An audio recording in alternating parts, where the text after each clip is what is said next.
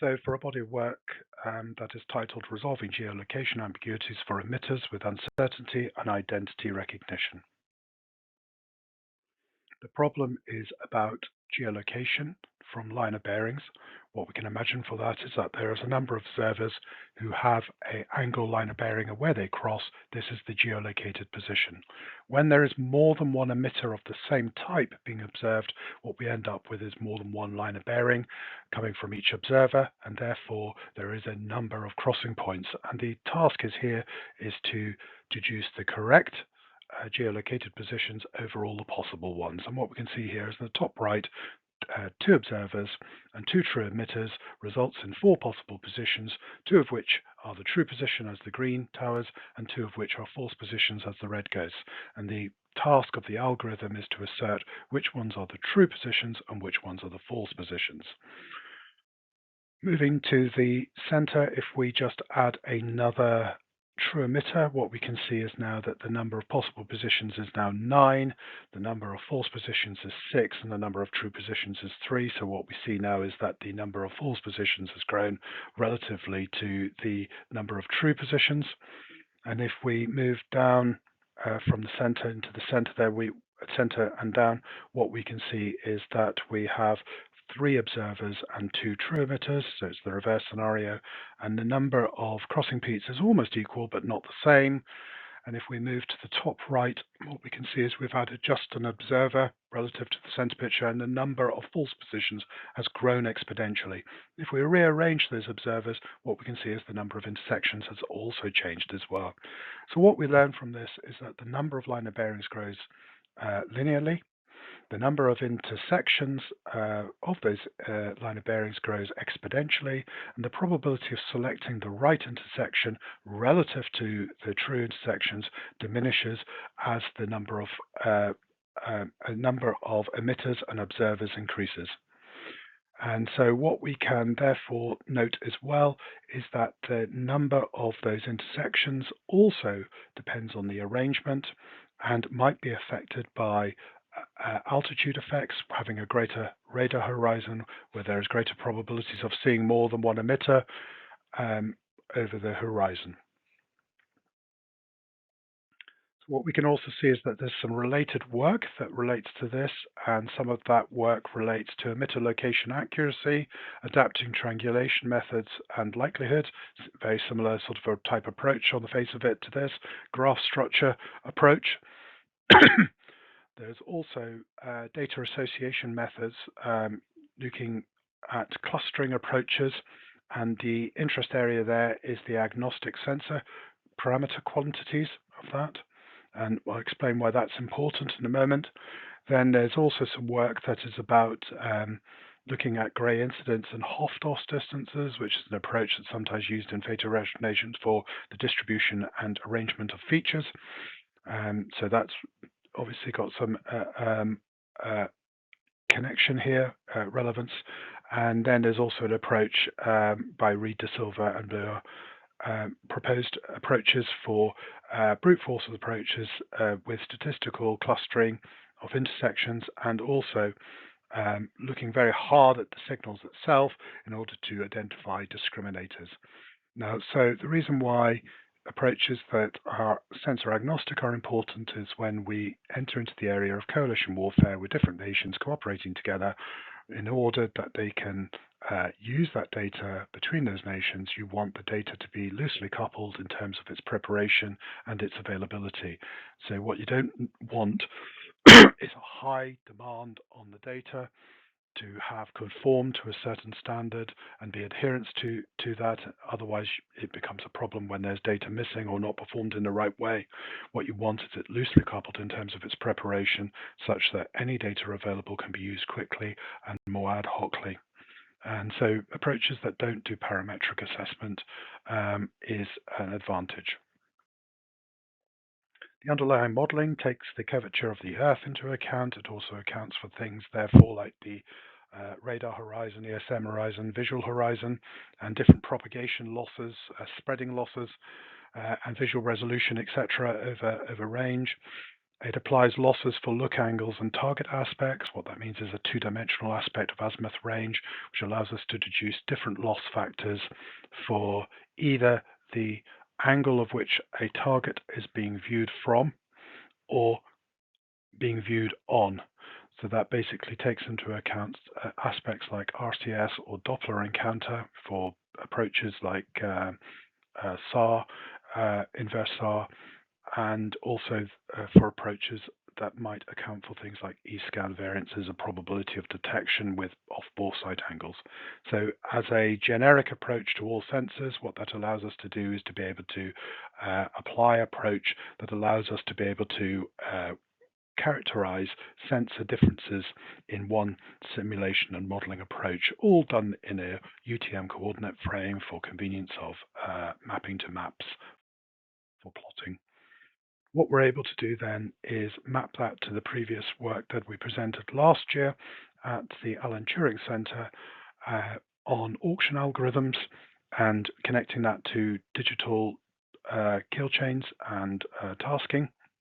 And where that allows us to be able to use a 3D tensor of auction algorithm cost functions, which have the dimensions of the sensor type, the environment of which it's in, and the kill chain stage, in order that we can perfect and optimize through evolutionary algorithms the bias functions that control a state model of priority use in an auction algorithm approach that was presented last year. So this approach, which connects to that, is about deducing the correct line of bearing range given a problem of a number of opportunities or possibilities for geolocated positions. So what we have here is blue stars, which are the observers, yellow lines, which are the line of bearings, and then little yellow circles are the possible positions. What we're able to do is first is deduce key line of bearings. These are line of bearings that only have one possible location and therefore 100% probability of being correct, and that allows us to be able to reduce or remove the probabilities that are on other intersection points and declare those as true positions. Then we move to the pairs comparison element of it and take pairs as a sequence and count the number of confirming intersection points that are confirmed by that pair, and we do that with different pairs, each time incrementing the intersection points.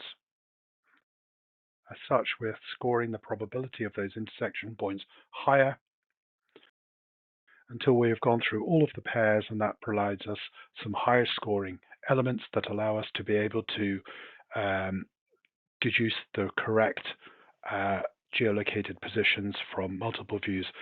Using the pairs also increases the likelihood of seeing more lines of bearing as key lines of bearing as well. So just to show what that kind of looks, we've got these blue areas of observers. We've got these green lines of line of bearings, and then we've got these little green possible intersection points, and then declared algorithm ones of red circles with black crosses, which are the deduced positions.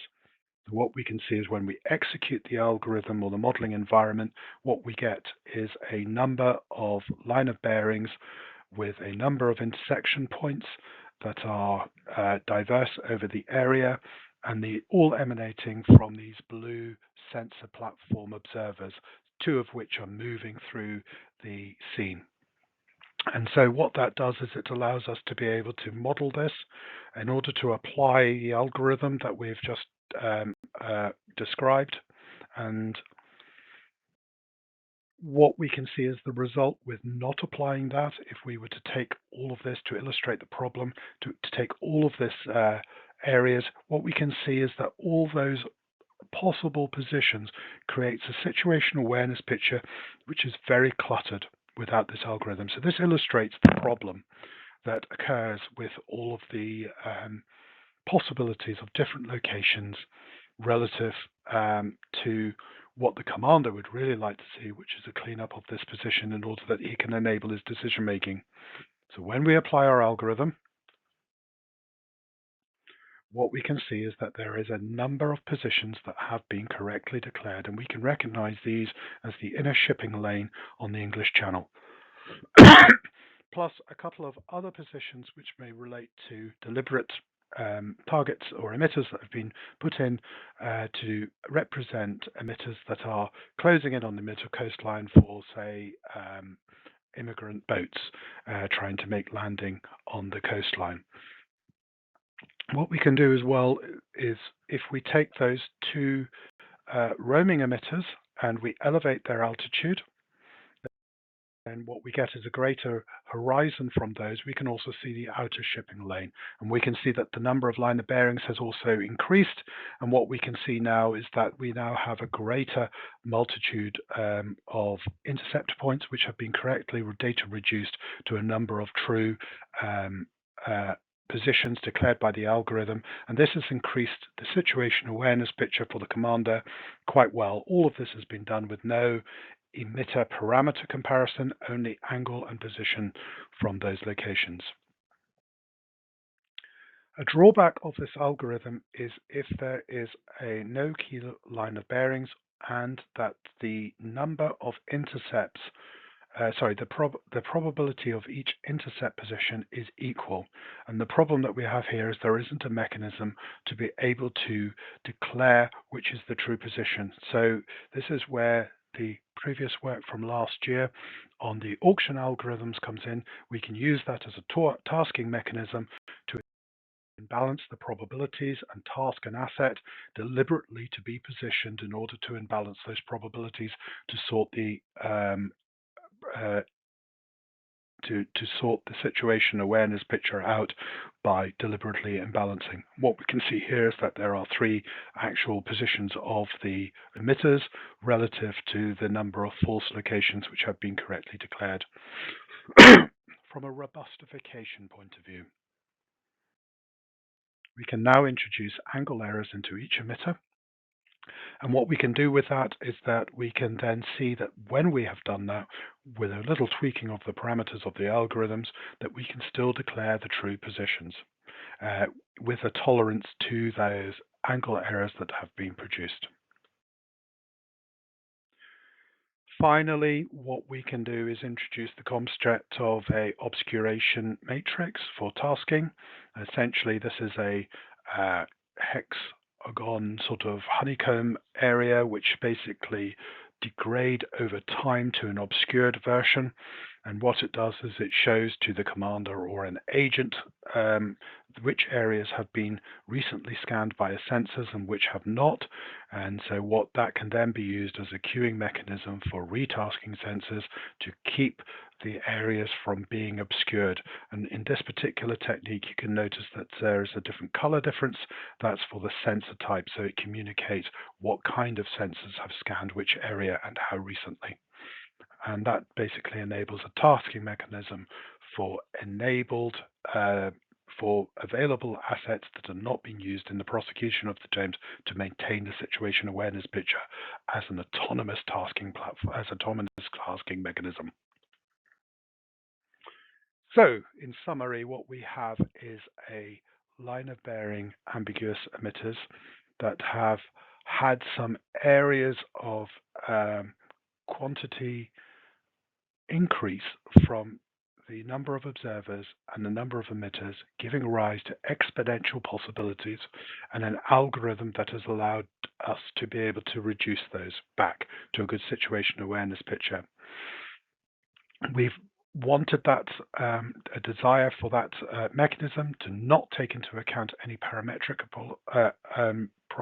parameters such that it is applicable to coalition forces.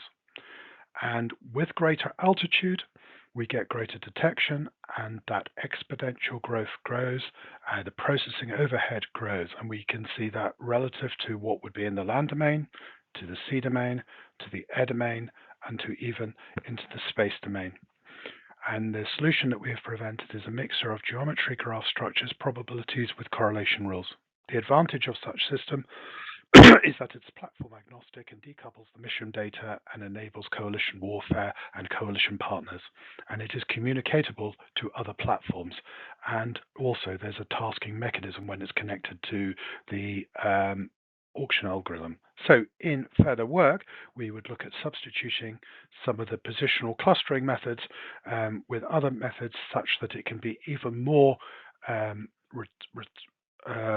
resilient to angle errors, and as such, therefore, it can then have a position where it can therefore have a a capability where it is applicable to further ranges, and that the auction algorithms element may be a tasking mechanism towards deducing other concepts like deducing campaign aims and mission threads to provide even more information from the situation awareness picture. And so just as a presentation of the problem on the right, which is all those areas and all those ambiguities relative to the tasking mechanism, although there's some errors that are occurring there, what we can see is over just a couple of frames that the true positions can be seen quite easily. This is still it's still ongoing, but it's obviously offering an advantage to situation awareness and an enabler to coalition warfare.